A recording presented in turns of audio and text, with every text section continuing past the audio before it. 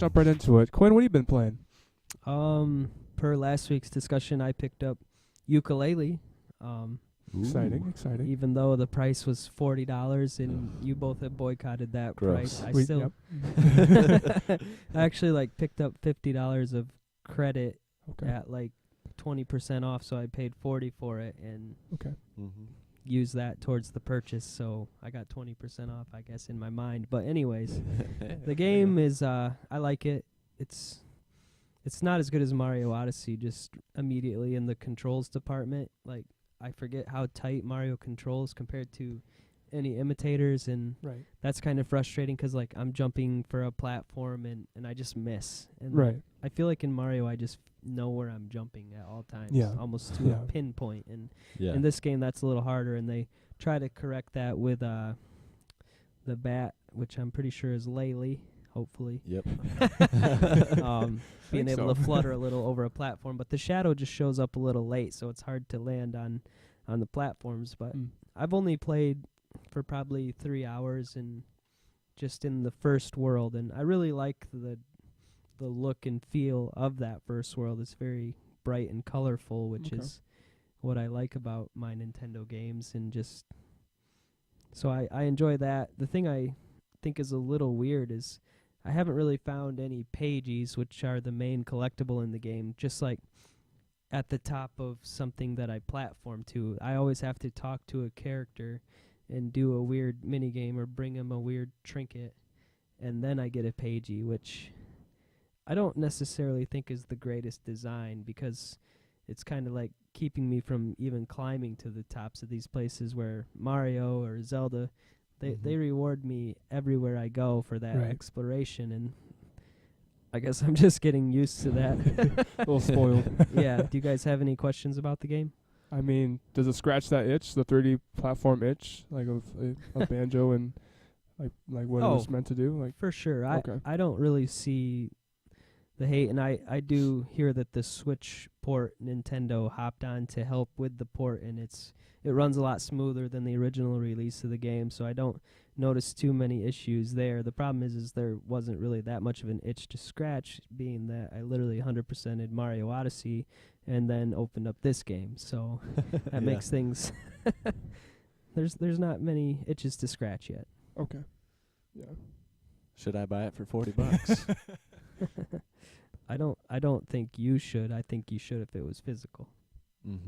Yeah, it just pains me walking into Walmart seeing it for $20 physical on Xbox One. That's just I cannot spend $40 for digital. Dagger straight in the heart.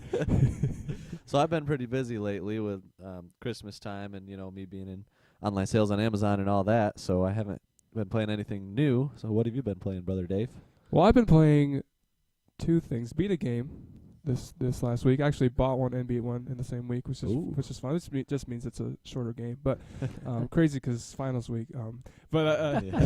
So there was a deal there was an eShop deal, 50% off on a lot of different games, and I've been waiting to get Rhythm Heaven Mega Mix for the 3DS. I played the demo 2 summers ago. Yeah. And really, I don't know if it was whenever I played it. It might have been a year ago because I think it actually came out a year ago. So, so I wanted to get it. Didn't want to pay $30 for it, but $15. I'm like, heck yeah. So I was playing that, and it's a really fun game. First really rhythm game outside of a demo that I've ever played.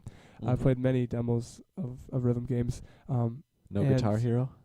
I guess but okay. I dabbled. It's still maybe dabble. Okay, I didn't really think about Guitar Hero as a rhythm game, but Nintendo rhythm game, and it was really really fun. I really really enjoyed it. Thought it was a really well made game. Didn't want to read the story. It just seemed ridiculous and crazy. What I did laugh a couple times. The things I did read, but I don't think you guys necessarily like it. It just there's not a whole lot there, but it would be fun to play all of us together, all three of us playing, because you can do that. You can do it's like a one cart shared play, so that's fun. Cool. Is it competitive or co-op? It's actually co-op. Yeah, okay. You have to work together to get to a certain point. So many perfects pushes on in the specific song or mini game that you have. I played it with my sister and my girlfriend, and it was really fun. I can't wait to play some more. Also Nice. been playing some DLC of Zelda, the second wave of DLC, and I've really enjoyed that too. I understand why maybe some people might not like it as much. I was looking at IGN; they didn't get as good of a review as the first one, and I don't know if I would give it as good of a review either. But when you say first one, you mean the first the DLC first DLC, pack? yeah. Okay. But I still think that it brought me back into that world and reminded me how I loved Zelda, or why I loved Zelda. And so at first you get this. Should I give a spoiler warning? There's a little spoiler warning here. You get this little, I forget what it's called. There's like a weapon that you get that makes it so you can kill anyone in one shot, but you only can kill 2 people. And it has to recharge after that. And if you get hit once, then you die. And that includes a hit by Key, Sora, Lionel, right? Like, you never really face a Lionel in this specific realm. I haven't actually obtained it since I've played this version. I think that after you beat the whole thing, maybe you'll get it. Maybe I have it. I don't know. Didn't really check.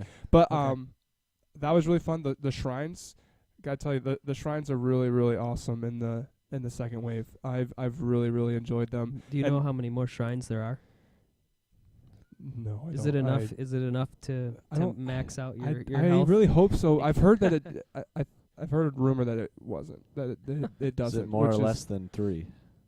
It's I mean the first little sequence. There's 4 of them, and then you have to go to each domain and find 3 spots on the map, and which is actually kind of hard.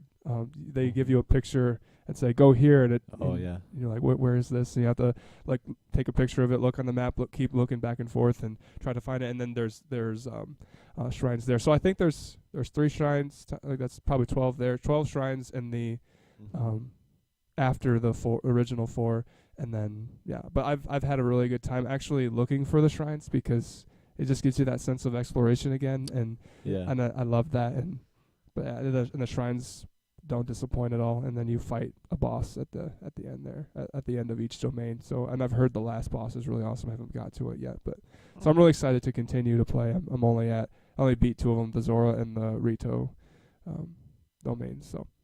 So you're halfway through, and halfway. I think it's safe to say that Chase and I will get to this too. We just have been playing other things, so that's cool to hear that you're digging it. I'm excited to pick it back up, but I just want it to be the right time.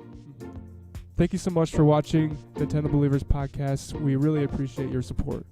If you like what you saw, but you'd want to listen to it in audio form, be sure to check out the full-length podcast available from all major services. Also, be sure to find us on Facebook at Nintendo Believers or on Twitter at BelieversCast and send us some questions there. If you would like to support our channel, make sure to like and subscribe. But on that note, have a great week. Keep your games close and your families closer.